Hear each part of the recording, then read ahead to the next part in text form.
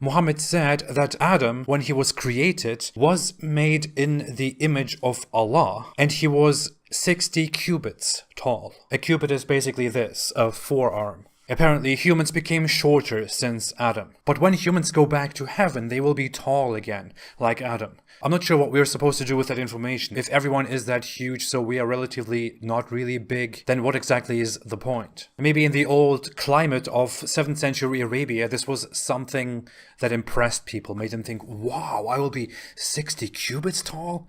Amazing, look at that. 1, 2, 3. One of those hadiths is this one, for example, in Sahih Bukhari, where Muhammad says, Allah created Adam, making him 60 cubits tall. When he created him, he said to him, go and greet that group of angels and listen to their reply, for it will be your greeting and the greeting of your offspring. So Adam said to the angels, Assalamu alaikum. Adam was, of course, speaking Arabic, which is the universal language. Probably Allah taught Adam Arabic and then people forgot it because they became shorter. And then they learned it again from new. I don't know, whatever. So Adam said to the angels, Assalamu alaikum, peace be upon you. The angels said, Assalamu alayka wa rahmatullah, peace and Allah's mercy be upon you. Thus the angels added to Adam's salutation the expression wa rahmatullah. Any person who will enter paradise will resemble Adam. People have been decreasing in stature since Adam's creation. In other hadiths, it says more explicitly, so he who would get into paradise would get in the form of Adam, his length being 60 cubits. Then the people who followed him continued to diminish in size up to this day. Another hadith says, so whoever will enter paradise will be of the shape and picture of Adam. Since then the creation of Adam's offspring has continuously diminished to the present time. Other hadiths again say that whoever enters the garden will have Adam's form, but creation has continued to decline until now. So the hadiths are pretty clear. Adam was this big guy, giant. And since Adam, humans have been shrinking continuously until the present time. That's what Muhammad clearly and explicitly says according to these reports. This is why many of us who grow up as Muslims, including me, learn that people used to be tall in the past. It is very disappointing to find out that this is complete nonsense. You have stolen my dreams and my childhood with your empty words. How dare you? Liar! In fact, the archaeological evidence shows that there was no big difference in the size, the height of humans over thousands of years. Humans have roughly remained at the same size, become taller and shorter over time. And right now, the average human is actually taller than 2 centuries ago, for example. Since the archaeological evidence is very obvious, and since we clearly know that it is nonsense, that it cannot be right that humans were extremely tall, 60 cubits, Muslim scholars have tried to reinterpret Muhammad's words here. One explanation which comes up is that when Muhammad says that Adam was 60 cubits tall, then what he means is that Adam was 60 cubits tall in paradise and not on earth. When he was put on the earth, he became small, like us. And when we go there, not me, I will go to hell. When Muslims go there, they will become giants again, for no reason. And at first, that seems to make sense. Yeah, okay, that's a good explanation. It removes the contradiction with reality. But then when you go back to the text, to the hadiths, they clearly say that humans have, ever since, continued to become smaller. Many Muslim apologists and scholars, when answering these doubts, omit this part. They do this because they lie to themselves. Because when they see a clear problem, a flaw, they have to somehow reinterpret it and reaffirm their faith. But there are other scholars who make a different attempt and who do consider those final words, and they try to change those words and change the interpretations. They try to say, oh, we just misunderstood this. What this actually means is that Adam was 60 cubits tall, but people after him on earth, including Adam when he was on earth, were actually smaller. And they say that's what Muhammad meant when he said humans have been decreasing in size. But that doesn't really make sense. It's not factually correct. It is linguistically inaccurate. The reports clearly and explicitly say that humans have been continuously getting smaller up until today. Which is why early Muslim scholars and many other Muslim scholars have believed for a long time that humans were indeed very tall and that they have indeed been shrinking. Some scholars have rejected the archaeological and logical evidence, clinging on to Muhammad's words as the absolute truth.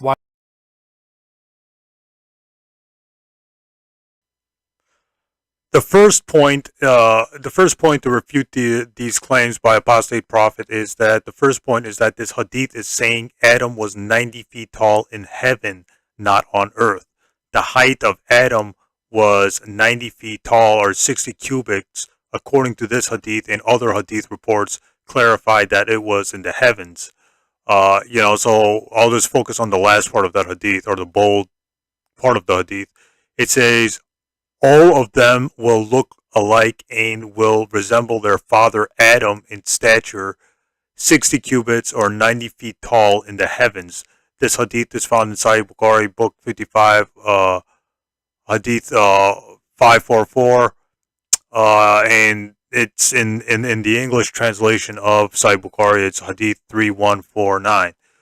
So basically, this hadith is saying that Adam was 90 feet tall in heaven, and not on earth. So when Allah created Adam in heaven, he was 90 feet tall. It says nothing about his descent. It says nothing about his height when he came to earth.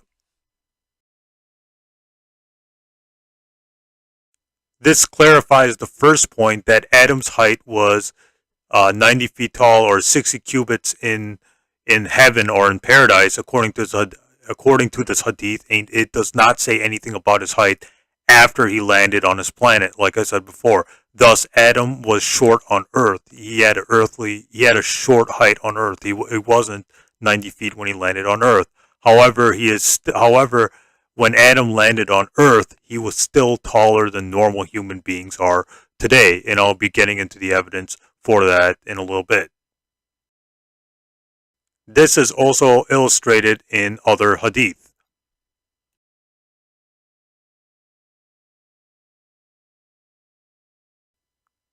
When the Prophet Muhammad ascended to heaven in the Isra and Miraj, or the night journey, when he went to heaven,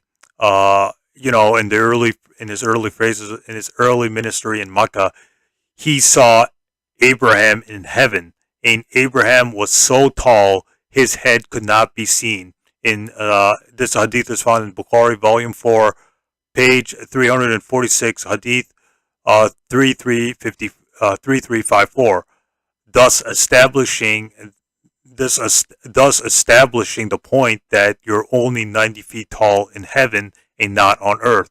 Remember, the Prophet Muhammad saw Abraham in heaven, and Abraham was 90 feet tall in the seventh heaven, or in heaven.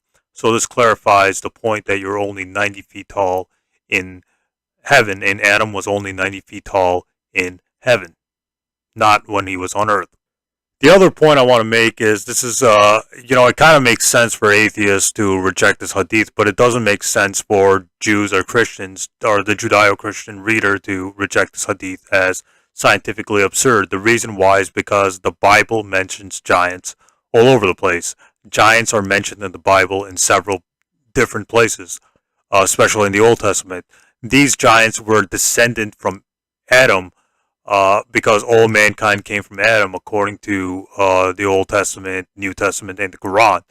Thus, these giants were descendant from Adam, thus giving credence to the fact that Adam himself was a giant, because all mankind came from Adam. And if there were giants after Adam, it stands to reason that these giants were the offspring, or these giants were the sons of Adam. See Genesis chapter 6, verse 4, Joshua chapter 12, verse 4. It says, Og, the king of Bashan, in Deuteronomy chapter 3, verse 11, was a giant. The giant people in Canaan, that Moses' spies reported in Numbers chapter 13, verse 30 to 33. Goliath was also exceedingly tall in 2 Samuel chapter 21, verse 19.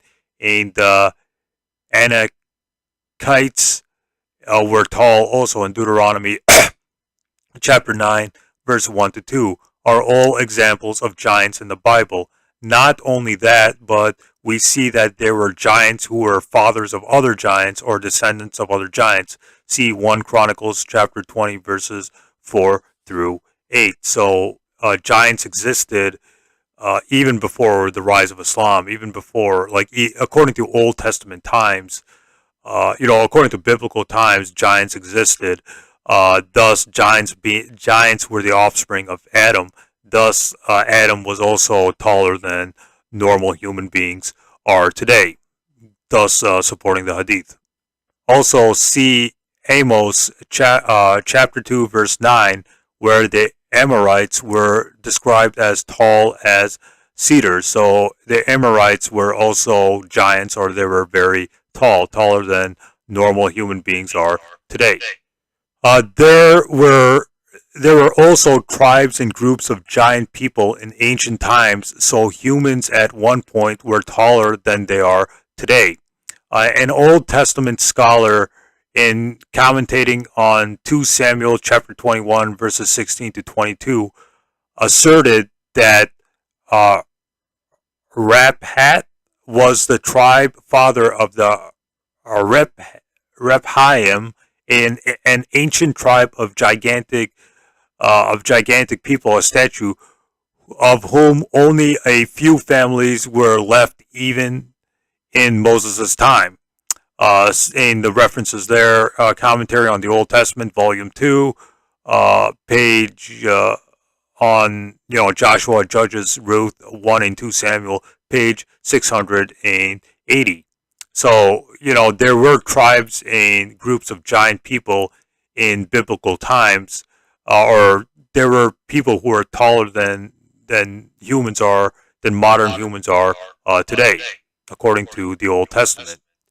Thus, according to the Bible, there were human giants on earth. All humans came from Adam, according to the Bible and the Quran. Thus, it stands to reason that Adam was also a giant, or at least taller than modern humans are today, according to the verses of the Old Testament, which I just cited. Also, we have some archaeological evidence of giants on Earth, or at least figures that were taller than modern humans are today. Let's see the following video from a Chinese news site. Keep in mind, it's a Chinese news site and not a Muslim news site, or any kind of fundamentalist news site. Let's check out that video.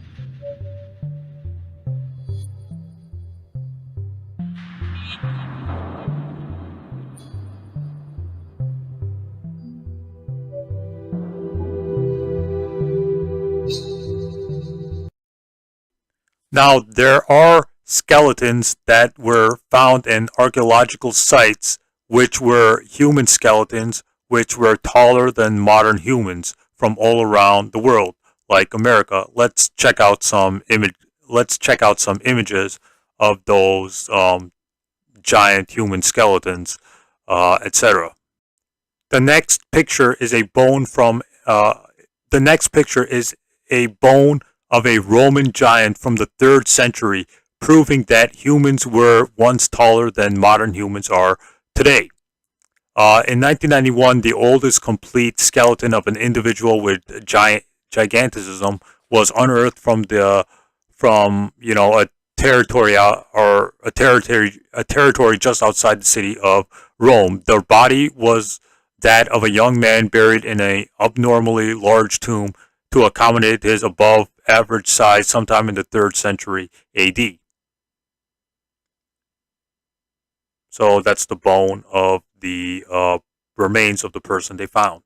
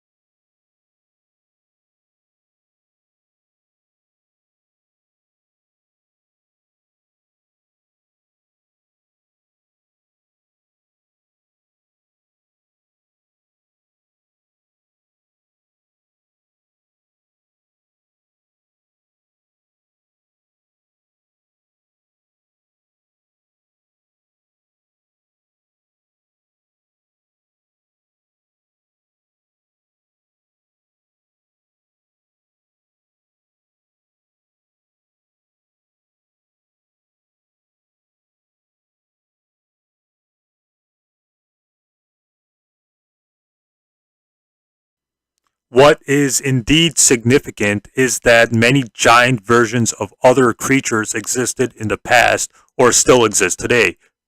To name just a few, these include the following. Spiders can be up to 12 inches long. Moths can have a wingspan of 11 inches. Centipedes, 13 inches long. Snails, up to 15 and a half inches long. Frogs can be up to 16 inches high. Dragonflies can have the wingspan of more than 2.5 feet. Rats can have a body mass of 750 pounds. So these are all, creatures on Earth that can be much bigger than their normal size. Like a spider can be bigger than a normal size spider, et cetera, et cetera. Frogs can be higher than normal frogs. The fact that scientists have discovered animals with body sizes far greater than those observed today suggests, at least in theory, the possibility of there having also been a giant Adam and giant humans in the past, as recorded in the Hadith and in the Bible. So it's possible that, it's very possible that there was a giant Adam and there were giant humans who were descendant from Adam, but their bones have not been discovered yet, or their bones were swept away by sandstorms or by floods, or their bones were destroyed as time went on.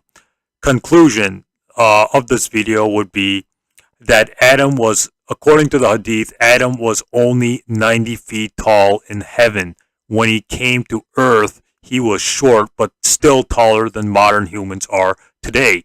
The Old Testament confirms that there were giants on earth, thus confirming that Adam himself was a giant, since all those humans who were giants in the Old Testament came from Adam himself. Thus, the father of mankind, Adam, was also tall because his descendants were taller than modern humans were today. So his offsprings were tall, just like he was tall. The archaeological evidence supports that humans were at one point taller than modern humans by recent skeleton finds in skulls. If there are some animals that are found that can be bigger than their normal sized by their normal sized animals, then it stands to reason that humans can also be taller than modern humans are today. Thus, the hadith that Adam was once taller than modern humans is not in any error here. So the hadith is not in scientific error. The only person who's in scientific error is Apostate Prophet, as usual.